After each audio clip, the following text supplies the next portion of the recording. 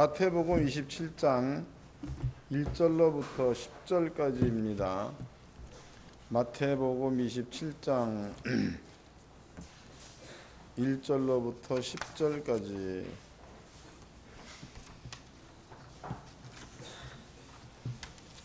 다 같이 한 목소리로 합독하도록 하겠습니다. 마태복음 27장 1절로 10절 시작.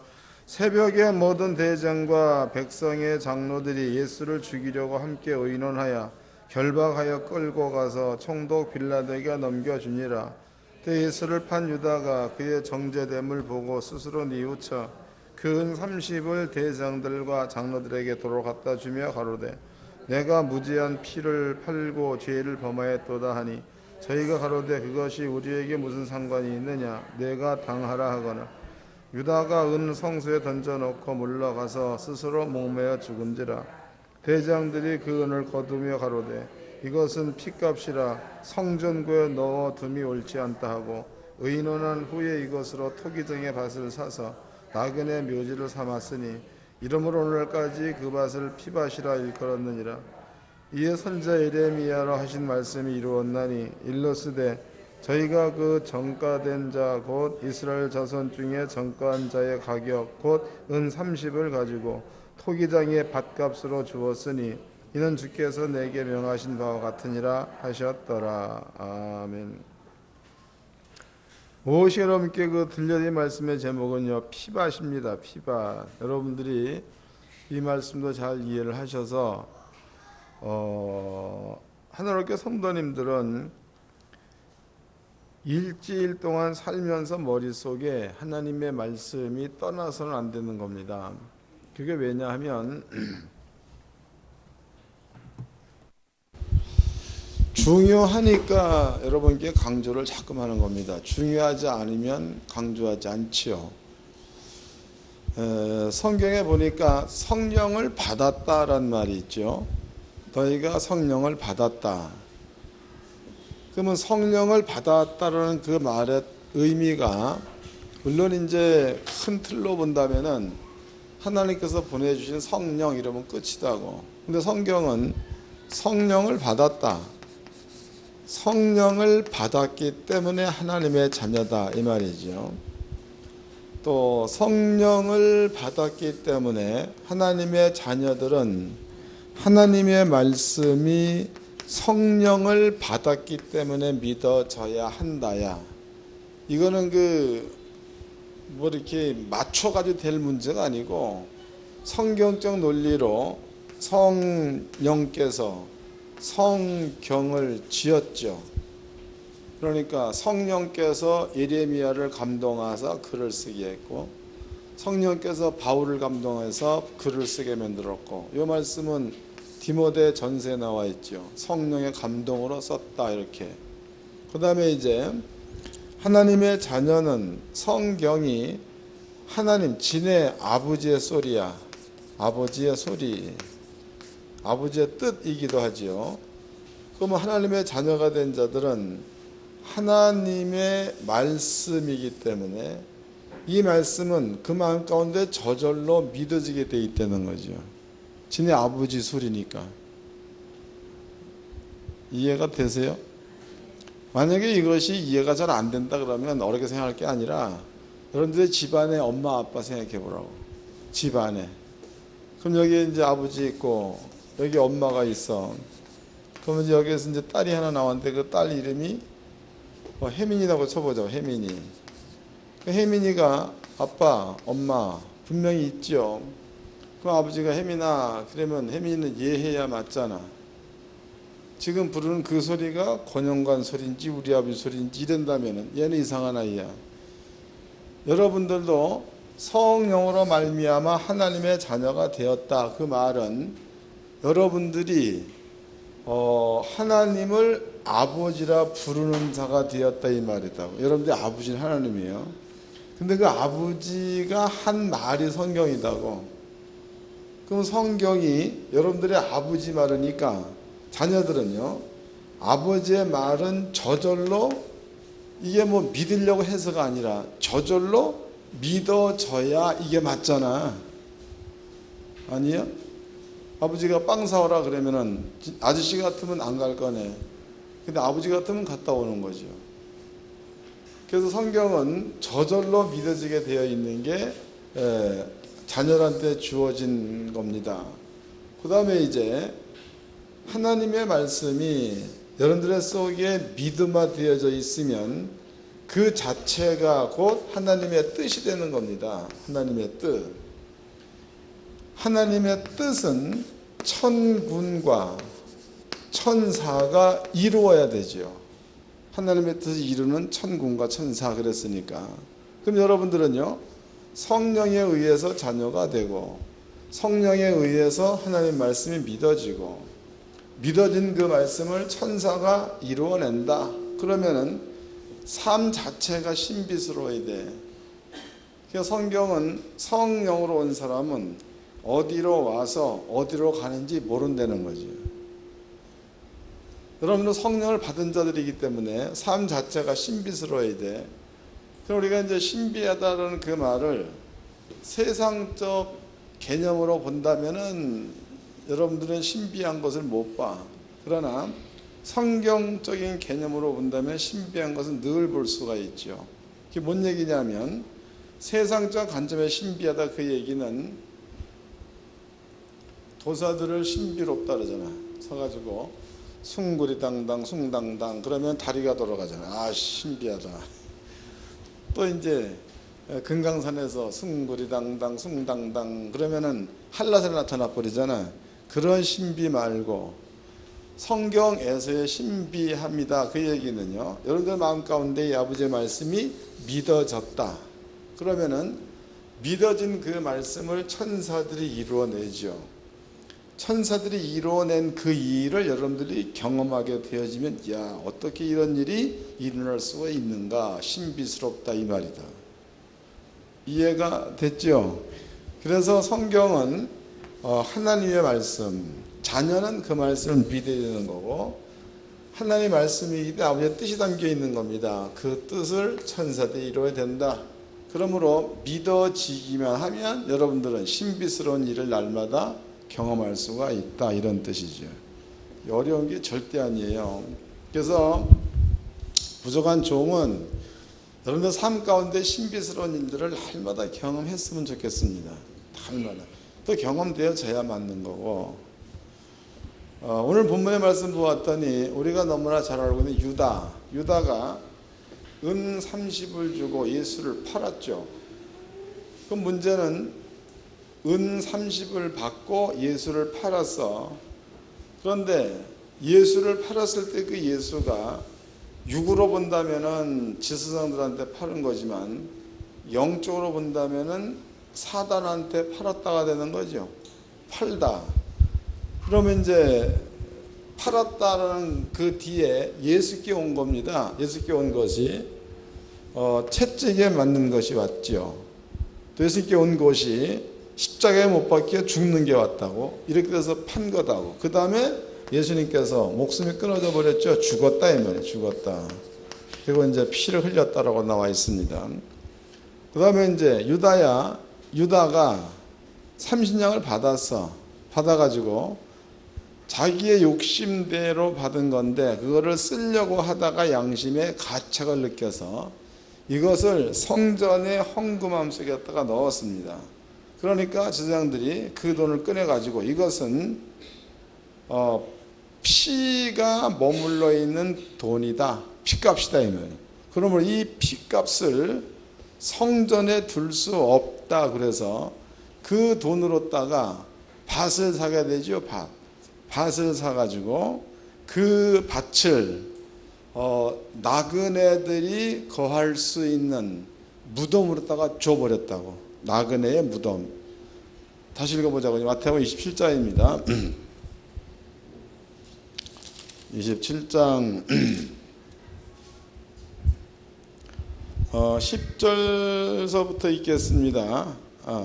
7절서부터 의논한 후에 이것으로 토기장의 밭을 사서 나그네들의 묘지로 삼았으니 그러므로 오늘까지 그 밭을 피밭이라 일컬었느니라. 이에 선지자 예레미야로 하신 말씀이 이루었나니 일러스되 저희가 그 정가된 자 곧 이스라엘 자손 중에서 정가한 자의 가격 곧 은 30을 가지고 토기장의 밥값으로 주었으니 이는 주께서 내게 명하신 바와 같이 같으니라 하였더라 이랬다고. 그럼 여기 보니까는 피밭이야. 그 피밭 여기를 나그네들의 묘지로 삼았다 이런 말을 썼죠. 묘지로 삼았다. 그 묘지란 얘기는 피밭에다가 장사 지냈다 이런 뜻이 되는 거다고. 이 말을 우리가 한번 곰곰이 생각해 보도록 합시다. 그럼 유다가 은 30을 주고 예수를 팔았습니다. 그 목숨 값으로 가서 밭을 샀어. 그럼 이제 중간에 그걸 빼버리고, 그럼 예수님께서 마귀한테 팔렸어.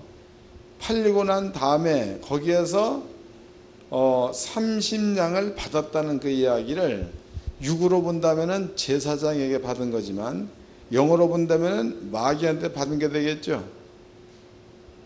맞아? 중간에 다 빼버린다면. 그리고 그 돈으로다가 밭을 샀다고. 그럼 이제 돈도 빼보자고. 그럼 예수를 팔아서 밭으로 바꾼 거 아니야. 예수를 팔아서 예수를 건네주고 대신에 받은 게 밭이라고. 그럼 이 밭은 예수의 핏값이 되는 거죠. 예수의 핏값. 그러면 이제 이걸 기억해 놓으세요. 그 다음에 이제 누가복음 4장을 봅시다. 누가복음 4장. 이건 간단한 논리이니까 여러분들이 이해만 하면 되는 겁니다. 누가복음 4장 5절서부터 읽겠습니다. 마귀가 또 예수를 이끌고 올라가서 순식간에 천하만국을 보이며 가로되 이 모든 권세와 그 영광을 내가 네게 주리라. 이것은 내게 넘겨준 것이므로 나의 원하는 자한테 주노라. 그럼 여기에서 이제 마귀가 얘기를 했죠. 마귀가 예수님한테 예수여 네가 나한테 절하라. 그리하면 내게 있는 모든 것을 너한테 준다. 그 마귀가 자기한테 있는 모든 것, 세상의 명예와 천하, 명예와 그 다음에 권세란 말을 썼죠. 권세.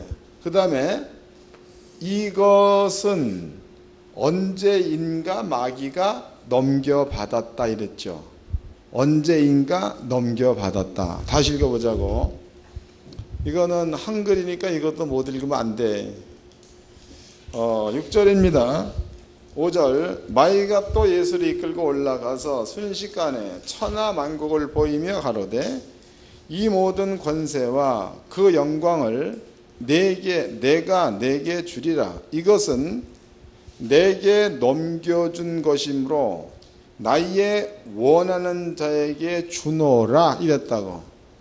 그럼 지금 마귀가 언제인가 세상의 명예와 권세를 넘겨받았다는 거죠. 그리고 자기가 원하는 자한테 준다는 겁니다. 그럼 여러분들이 만약에 마귀와 가까우면 명예와 권세를 받을 수가 있다는 거 아니에요. 마귀와 가까워지기를 주의 이름으로 그건 싫지요. 이거 기억해 놓으세요.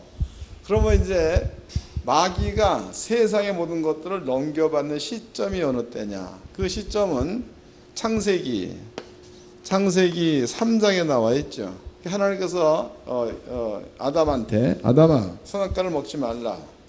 먹으면 죽는다 이랬다고. 그때 아담이 선악과를 먹었습니다. 선악과를 먹게 한 사람이 하와지요. 하와에게 선악과를 먹인 자가 뱀이야.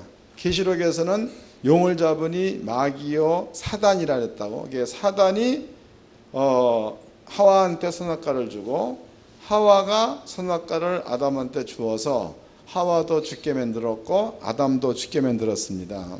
그러면 마귀는 원래 아담과 하와는 영생의 세계 속에 있었는데 마귀가 아담과 하와로 하나님 말씀을 어기게 만들어서 그렇게 해서 아담과 하와를 생명의 세계에서 끄집어내 가지고 사망 쪽으로 가게 만들었던 자가 마귀야. 그때에 하나님께서는 생명의 세계를 거두어가 버리고, 그리고 사망의 세계를 에덴 동산에다가 두었으니까 이때부터 천하의 모든 것들은 사망의 권세 아래 두었다 이 말이죠. 그래서 그때에 마귀가 얘기한 주장대로라면 내가 그때에 하나님께로부터 천하 만국의 모든 명예와 권세를 넘겨받았다, 이런 표현을 쓰는 거다고. 이해됐죠? 그 마귀가 가진 것은 천하 만국, 세상의 주관자, 사망세계의 주관자를 했으니까 땅의 모든 명예와 권세가 마귀 거야. 원래는 누구 거였어요? 아담 거였었죠? 원래는 아담 거였는데, 그런데 아담이 범죄함으로 그것을 빼앗겨서 마귀한테 줬다 이 말이에요. 그 예수가 왔습니다. 예수가 와가지고 자기의 몸을 주고, 그리고 땅을 받아서 피밭을 받았으면 그냥 작게 본다면은 조그만 밭인데, 큰 의미적으로 본다면은 이전에 빼앗겼던 에덴 동산을 되찾았다가 되는 거겠죠. 되찾았다. 되찾는 데는 예수의 피가 들어가 있다 이 말이에요. 피밭이다. 이해가 됐죠? 이제 말을 간단히 정리해 보도록 하자고. 여러분들은 성령 받은 자들이니까 이런 정도는 쉽게 이해가 될 줄로 믿습니다. 그러면 하나님께서 처음에 아담한테 생명의 세계를 주었습니다. 생명의 세계. 근데 그 마귀가 이 세계를 사망의 세계로다가 바꿔버렸어. 이때의 주인은 마귀입니다. 사망 세계의 주인은 마귀. 그래서 이때부터 천하 만국의 명예와 권세는 내가 원하는 자한테 주노라. 이것은 내가 넘겨받은 거다라고 얘기를 했습니다. 그 다음에 이제 예수께서 와가지고 사망 세계에 있었던 그 땅을 예수가 자기의 목숨을 주고 그 땅을 찾아와 버렸어요.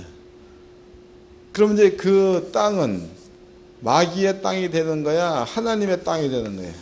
하나님의 땅. 이해됐어요? 하나님의 땅. 요 땅을 토기장의 밭이라고만 표현되어 있는데, 요 땅을 지구 전체를 놓고 보자고. 지구 전체.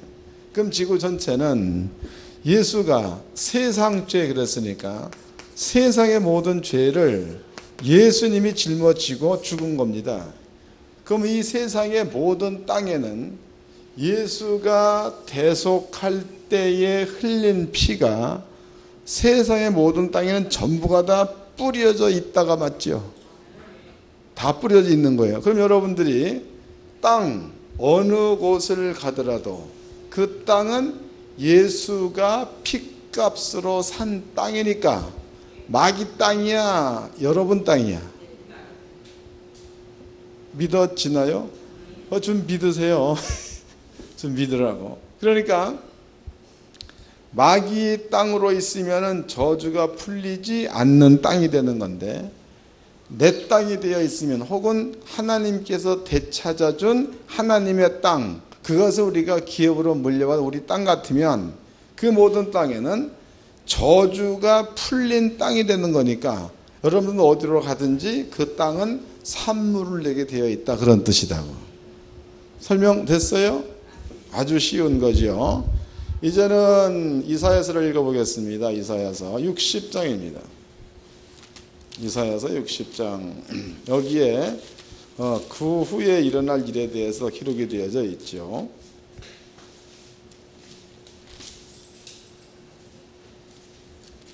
아, 61장 1절서부터 읽겠습니다.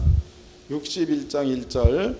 주 여호와의 신이 내게 임하셨으니 이는 여호와께서 내게 기름을 부으사 가난한 자에게 아름다운 소식을 전하게 하려 하심이라. 나를 보내사 마음이 상한 자를 고치며 포로된 자에게 자유를, 갇힌 자에게 노임을 전파하며 여호와의 은혜의 해와 우리 하나님의 신원의 날을 전파하여 모든 슬픈 자를 위로하되 무릇 시온에서 슬퍼하는 자에게와 화관을 주어 그 죄를 대신하며 희락의 기름으로 그 슬픔을 대신하며 찬송의 옷으로 그 근심을 대신하시고 그들로 의의 나무 곧 여호와의 심으신 바 그 영광을 나타낼 자라 일컬음을 얻게 하려 하심이니라. 할렐루야.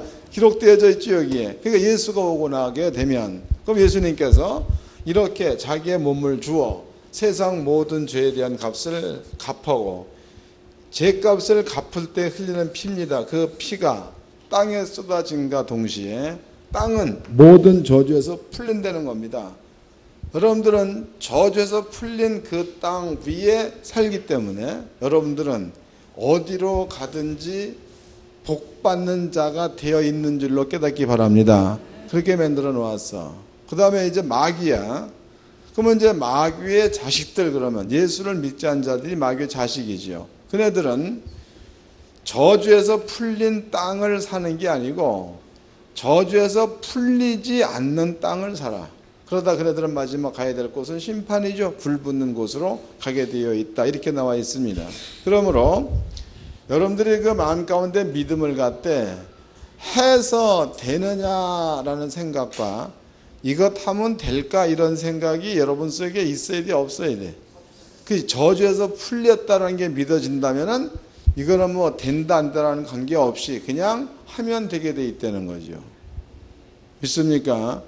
또 이제 하면 되게 되어 있다라는 것만 믿어. 여러분 설명하는 거 잘 이해를 못하고 그래서 욕심대로 해. 그것은 믿음이 가는 거예요? 욕심이 가는 거예요? 욕심. 구분이 좀 됩니까?